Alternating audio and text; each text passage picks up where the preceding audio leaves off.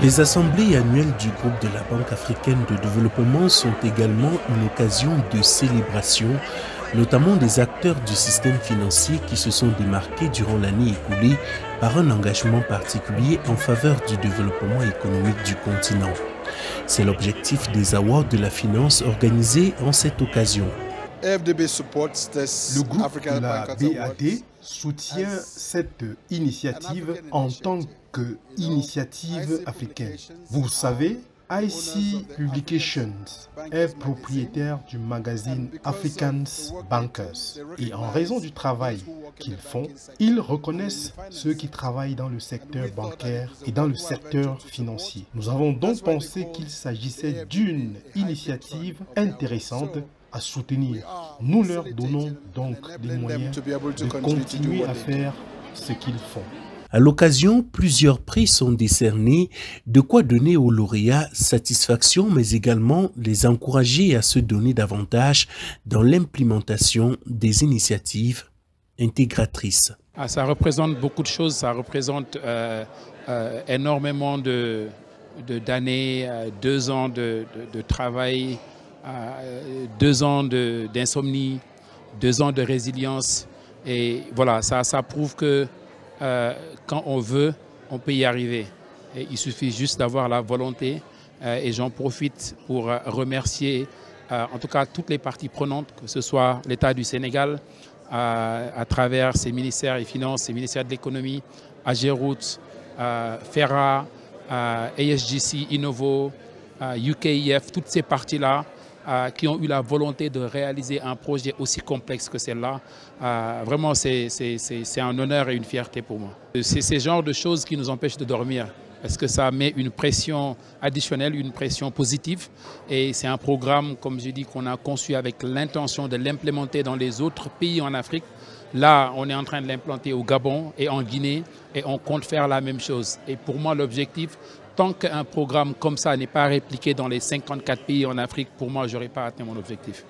Je suis très honoré de recevoir ce prix au nom de la Namibie en tant que pays. La Namibie est un pays très peu peuplé, mais très vaste. Et c'est la nouvelle Suisse de l'Afrique. À l'heure actuelle, nous nous réjouissons du développement rapide de l'économie verte. Nous avons des gens qui cultivent des algues et qui construisent littéralement des forêts sur la mer.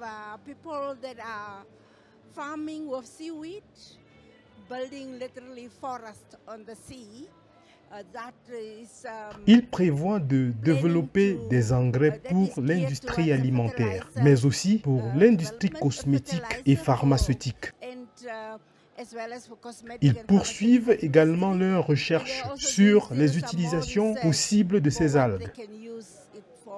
Nous attendons également avec impatience l'arrivée de la pisciculture salman et bien sûr l'énergie éolienne et solaire, le pétrole et le gaz et l'hydrogène vert. Je pense que la Namibie est vraiment sur la bonne voie. Je tiens tout d'abord à féliciter le Kenya pour son excellente hospitalité, ainsi que l'ensemble des groupes de développement africains, les banques, le personnel et toutes les filiales. Ils nous ont remis un rapport faisant état d'excellentes performances financières. Toutefois, nous espérons également qu'ils reviendront en arrière et qu'ils réduiront le taux d'intérêt par le biais de prêts.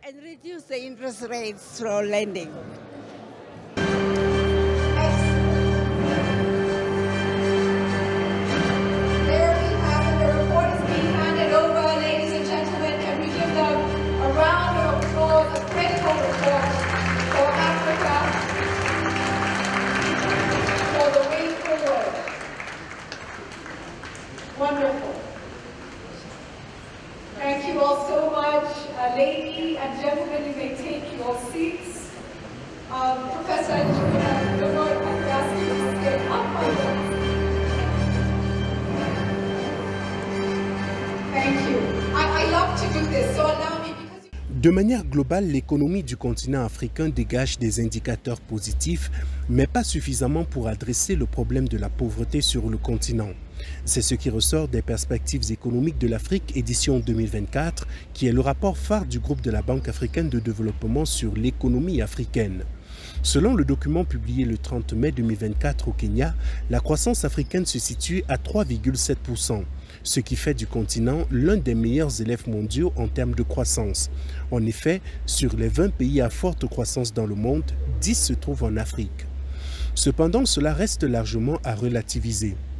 Bien que 3,7% de croissance est positif, cela reste largement insuffisant pour l'Afrique si elle veut éliminer au cours des 50 prochaines années la pauvreté sur son sol. En ce qui est du rapport Outlook Africa, nous avons besoin des 477 milliards de dollars pour pouvoir combler la lacune de financement en Afrique. Le financement concessionnel est fondamental, c'est là et c'est là, c'est démontré être un point très important. Dans ce rapport, vous avez différentes diapos qui comportent des conclusions.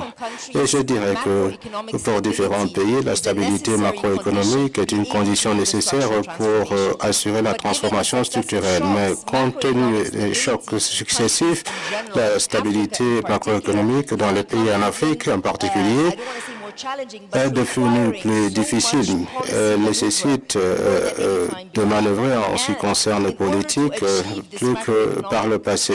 Pour assurer donc cette stabilisation macroéconomique, les BND doivent intervenir également.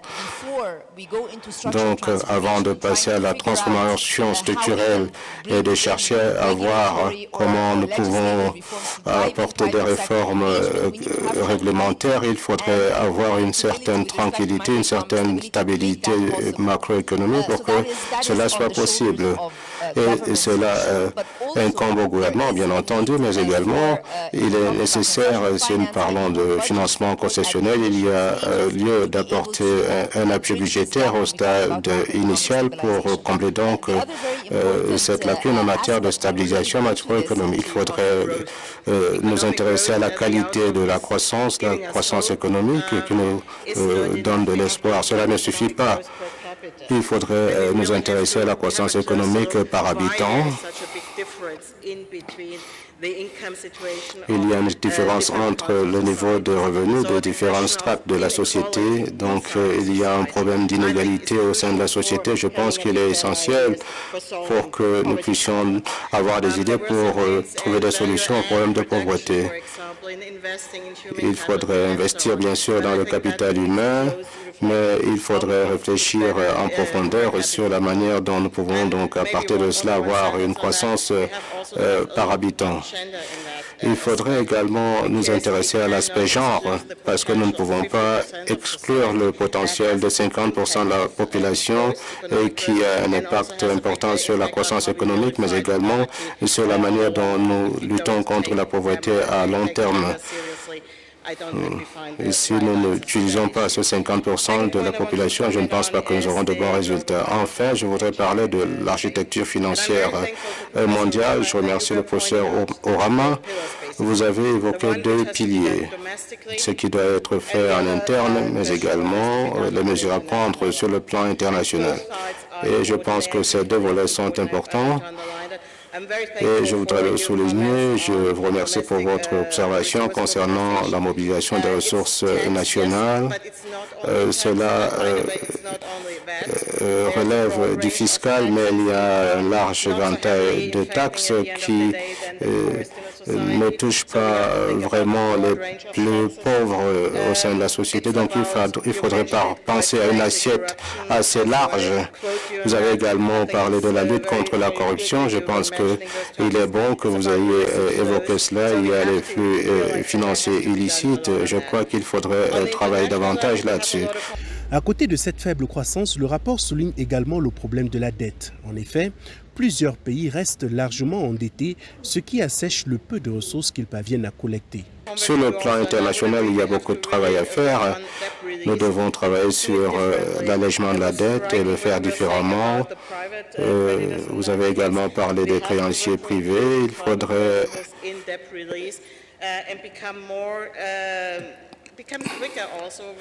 agir également très rapidement pour répondre aux besoins des pays.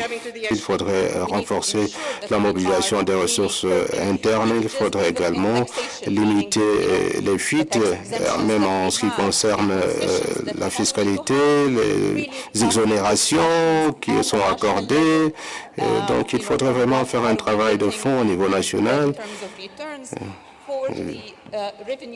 surtout en termes de retour sur les capitaux qui sont accordés. En même temps, il faudrait également miser sur les énormes opportunités régionales. Nous avons l'accord sur la zone d'échange continentale. Il faudrait donc mettre en place des chaînes de valeur régionales pour créer de meilleurs emplois avec des salaires meilleurs.